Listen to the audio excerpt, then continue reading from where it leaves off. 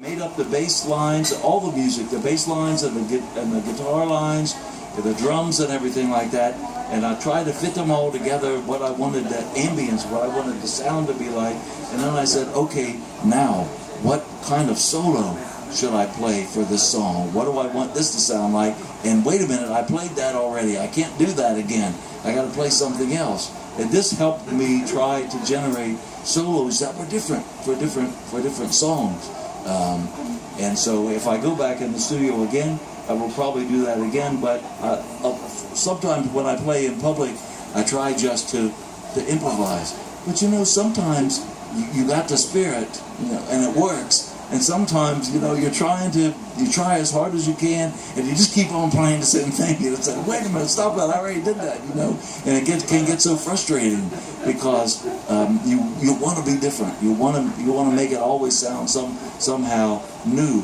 But when it works, oh, it's beautiful. You know, it's like flying or something like that. When it works, sometimes something just hits you in your heart, or in your mind, or in both of them, and it's just like you're writing. It's like you're not even playing it. Something is carrying you along on its wings. And so I just try to step back and not interfere with what's coming out. You know, if that sounds kind of strange, I guess it is kind of strange.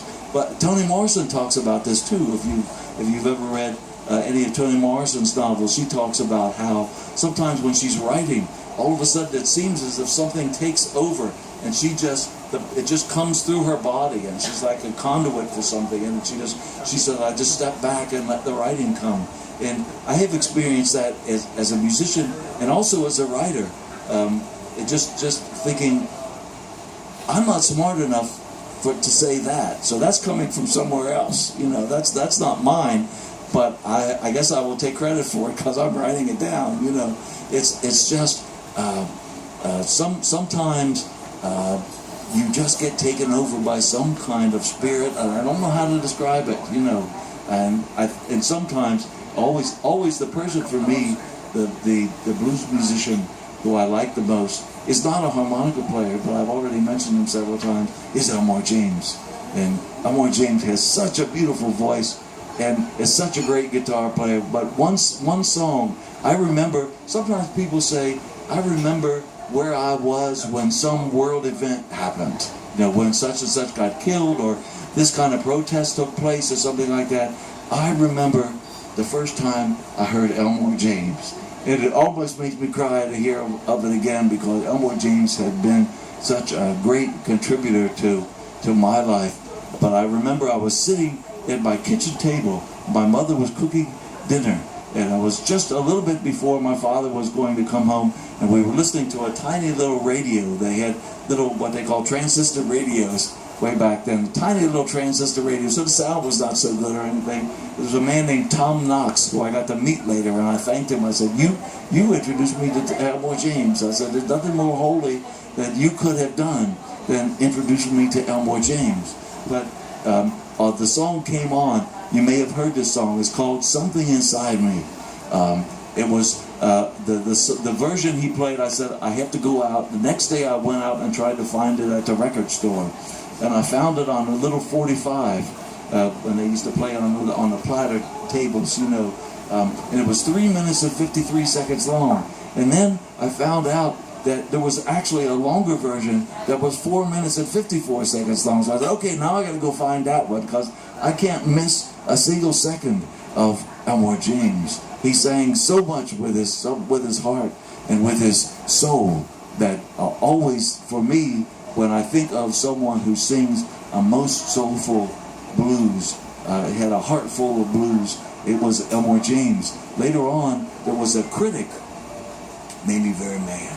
There was a critic sometimes made me mad, who said that Elmore James was a very limited artist, and he played the same song every time, because he played lots of versions of Dust My Broom kind of over and over again. But to me, each one of them was very different. But he also played songs other than the Dust My Broom patterns and things like that too.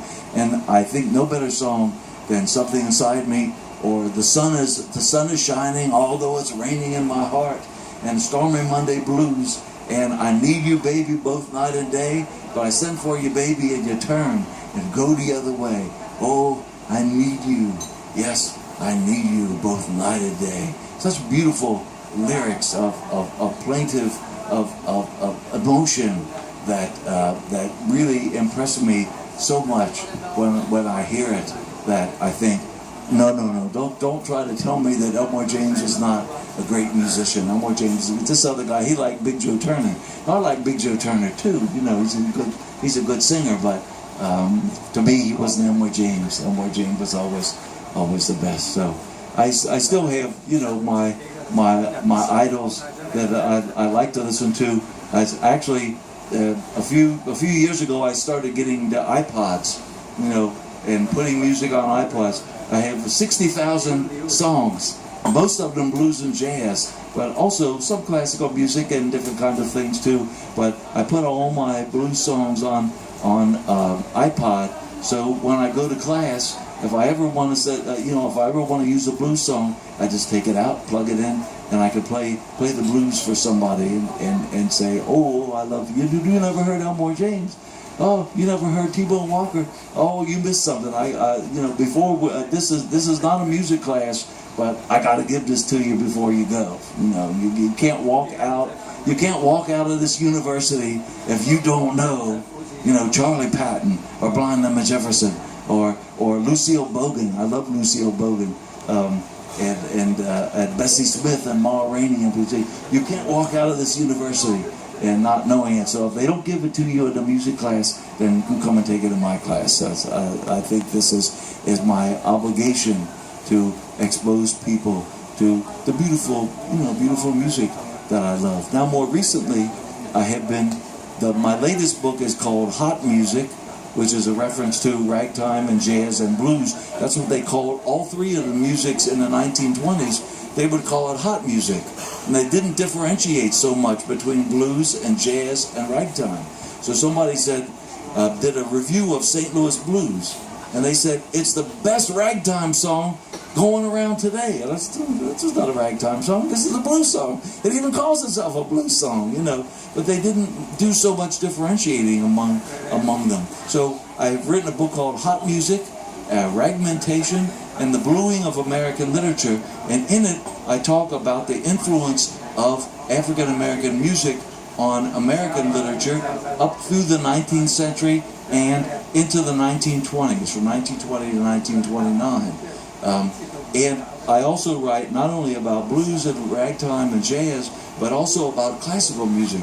Because one of the things that happened in the 1920s is that classical composers, Igor Stravinsky, Maurice Ravel, George Gershwin, many classical music composers listened to blues and jazz and ragtime, and they began to use it in classical music because they thought the future of American music would be in classical music, would be in using the music of Native American Indians and African Americans.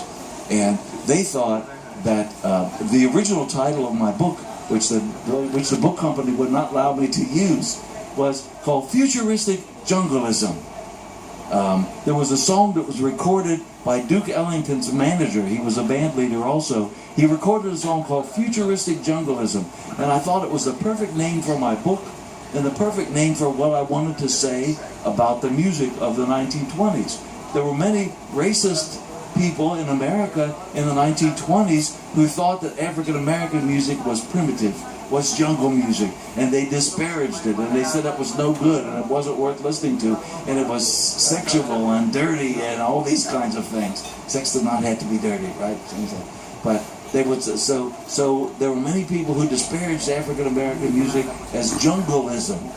But Igor Stravinsky, Maurice Ravel, Gershwin, and many other writers from musicians and composers from countries all over the world, Czechoslovakia, Russia, France, Germany, Italy, Belgium, they all thought that jazz and blues and ragtime was futuristic.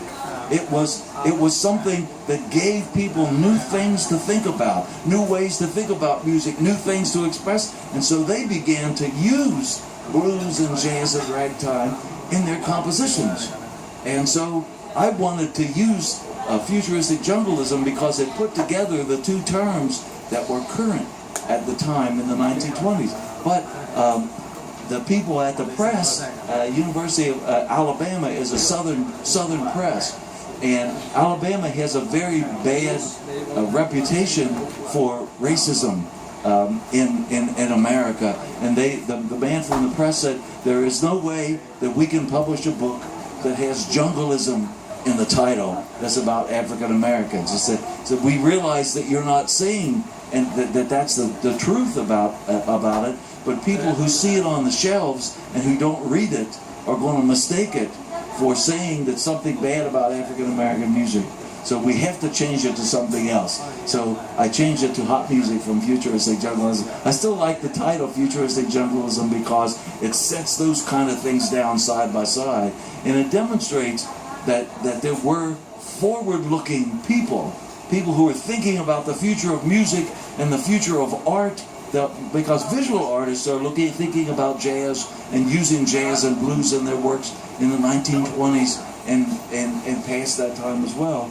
That it puts those two kinds of ideas down next to each other, but it emphasizes the fact that African Americans, although they were thought by many people in America wrongfully to be primitive and jungleistic and all these kinds of things, actually the way they were looking at the world was totally different, and it inspired people from the universities. I always say, you don't have to go to the university to be a great musician, to be a great thinker, to be a great artist, to be a great anything. No, because wisdom does not come from the university. You know, the artistic ability does not come from the university. You know, and so I try not to overestimate, you know, the importance of going to a university. But I always think one of the things that I try to do, and I think this is important. See, I'm the first generation from my family to go to a university, and so I kind of feel as if I try to represent my generation and what we appreciate. I grew up listening to blues and country music and things like that, and I think they're very important, and I think they have made great contributions, and I think it's important for me to bring that to the university so that people understand that, listen, I love Igor Stravinsky, I love Picasso, I love all these things, but I also understand who Charlie Patton is, and who Bessie Smith is, and who Ma Rainey is, and I understand the great contributions that they can make too. So I don't want to see this kind of class discrimination where the people who frequently have been wealthy enough to go to the university are the people who have the power, and then they emphasize the importance of the people who came from their class. I say, you know, what we need to do is open it up and think as much and as carefully about the music that comes from the lower classes and the middle classes, and value that as much as people have in the past valued that of the upper classes as well, because it is as important, and sometimes it is really kind of an antidote to if sometimes the literature of the past maybe is thinking a little bit too much in the mind. It will bring the heart more to the way we approach art and music and things as well, and I find that to be very important. But it also is intellectual too, even if the musicians have not gone through even grade school or high school or university.